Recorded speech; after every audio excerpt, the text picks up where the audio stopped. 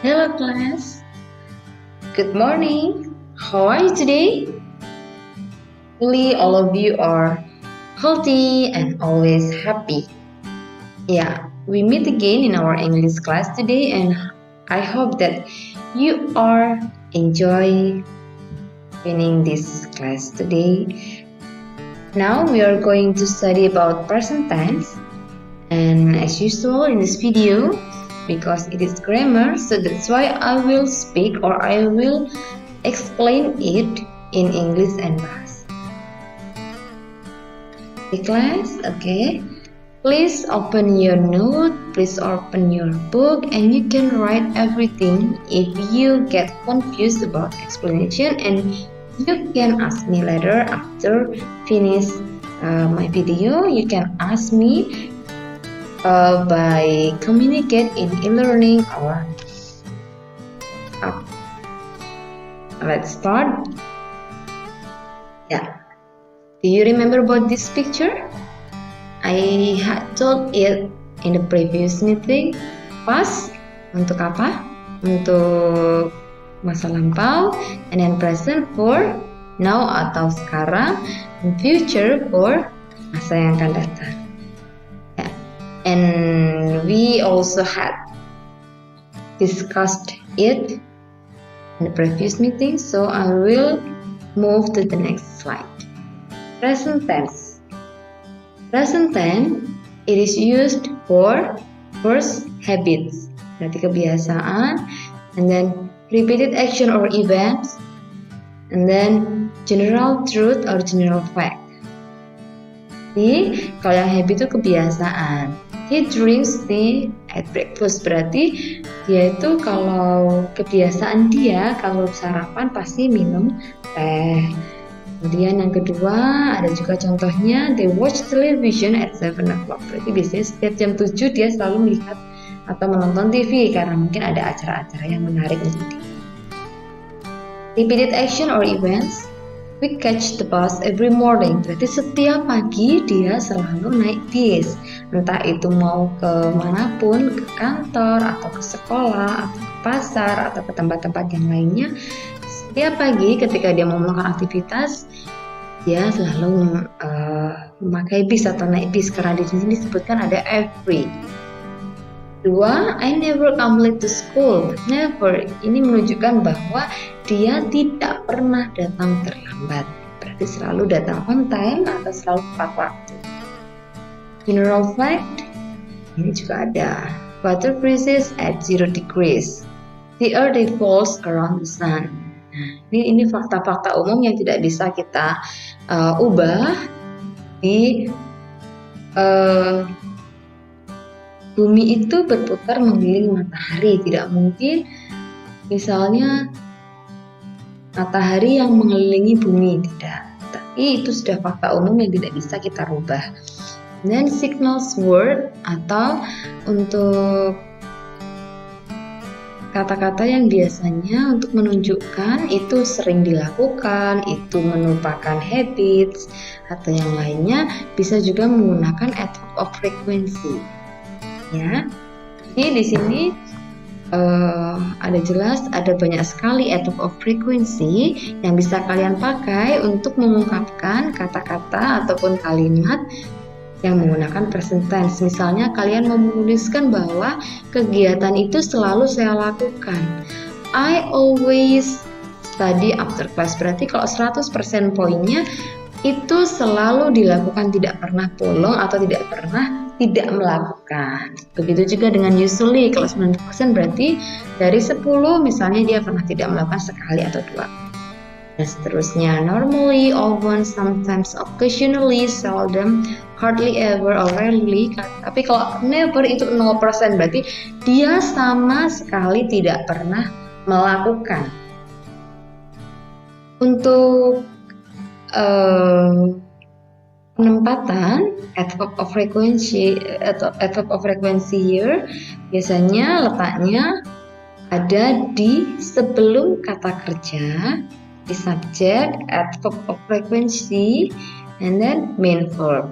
Atau kalau kita menggunakan to be, adverb of frequency-nya itu terletak setelah to be, setelah is.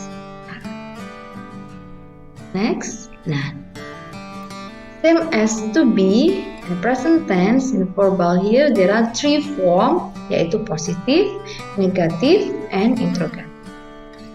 We will start from the positive. Kita akan mulai dengan yang kalimat positif. Every sentences or all sentences biasanya selalu diawali dengan subject.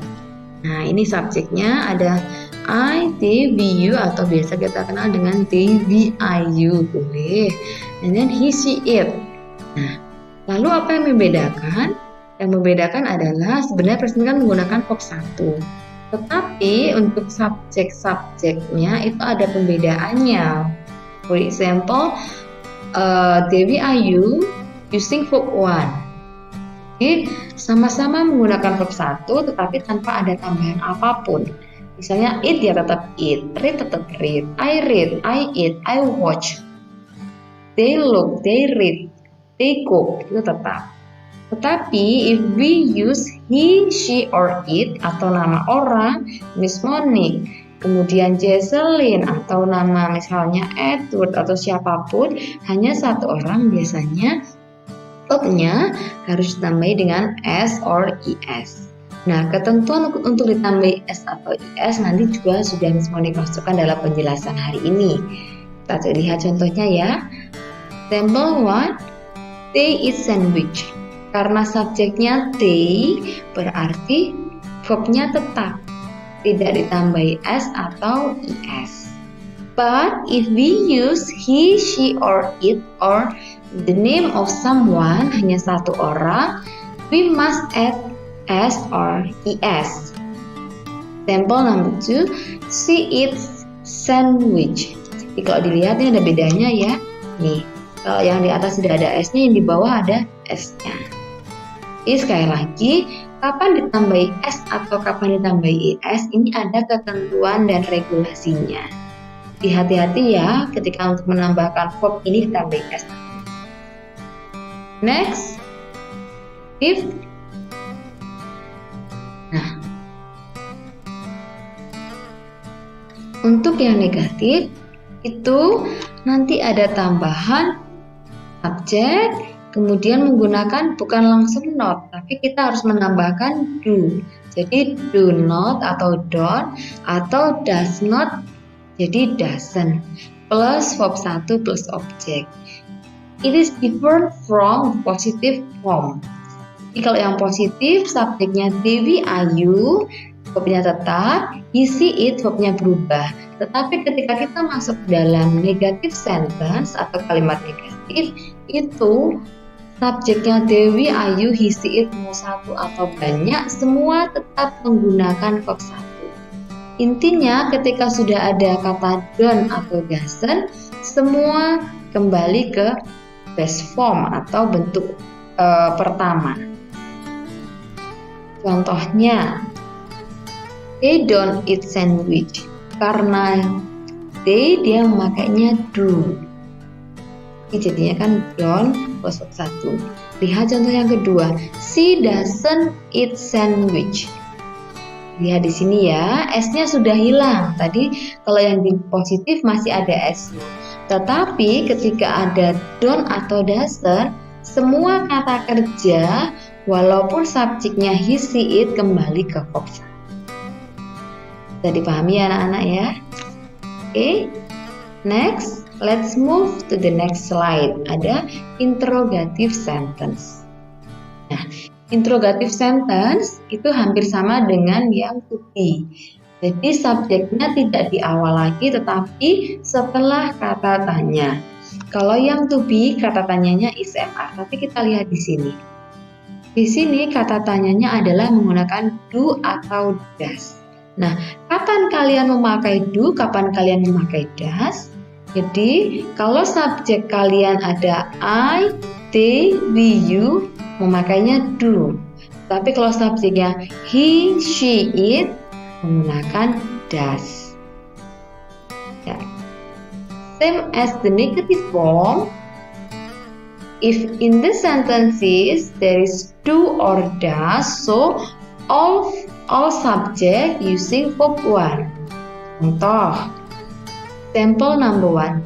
Today eat sandwich. Oke, ini jangan lupa question marknya ya. Ditambahkan question marknya atau tanda tanya. Yang kedua, does she eat sandwich? Jadi kalau subjeknya they, dia menggunakan do. Kalau subjeknya she, dia menggunakan does. Dan ketika ada do dan does muncul di kalimat, maka semua menggunakan verb 1. Okay? Do you understand? Please keep or please write your question or you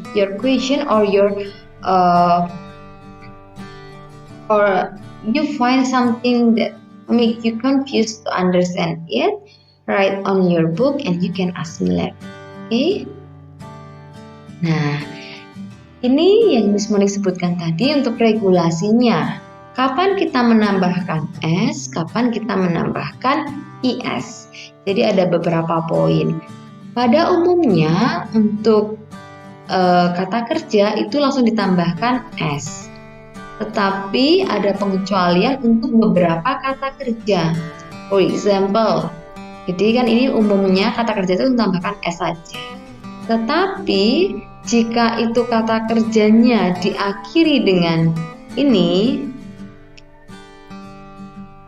CH, SH, S, SS, X, or Z. Jadi kalau misalnya dalam kata-kata itu diakhiri dengan huruf ini, maka kita harus menambahkan IS. For example, nih. Fix jadi fixes, ada S-nya. Bukan hanya S, tapi ada IS. Karena apa? Karena fix diakhiri dengan huruf X. Begitu juga dengan yang bawahnya. Nah, brush menjadi brushes. Jadi, karena ini ada S dan H atau S dan H, maka harus ditambahkan IS. Kemudian untuk ketentuan yang ketiga, verb ending in konsonan plus Y. Jadi ada konsonan dan Y. Jadi Y-nya berubah menjadi I. Contoh konsonan itu adalah huruf mati. Contoh fly. Dari fly kan E, L dan Y ya. Jadinya Y-nya jadi I tambah IS. Flies. Begitu juga dengan cry. Bisa kalian temukan kata-kata yang lainnya yang kapan Y itu berubah menjadi I.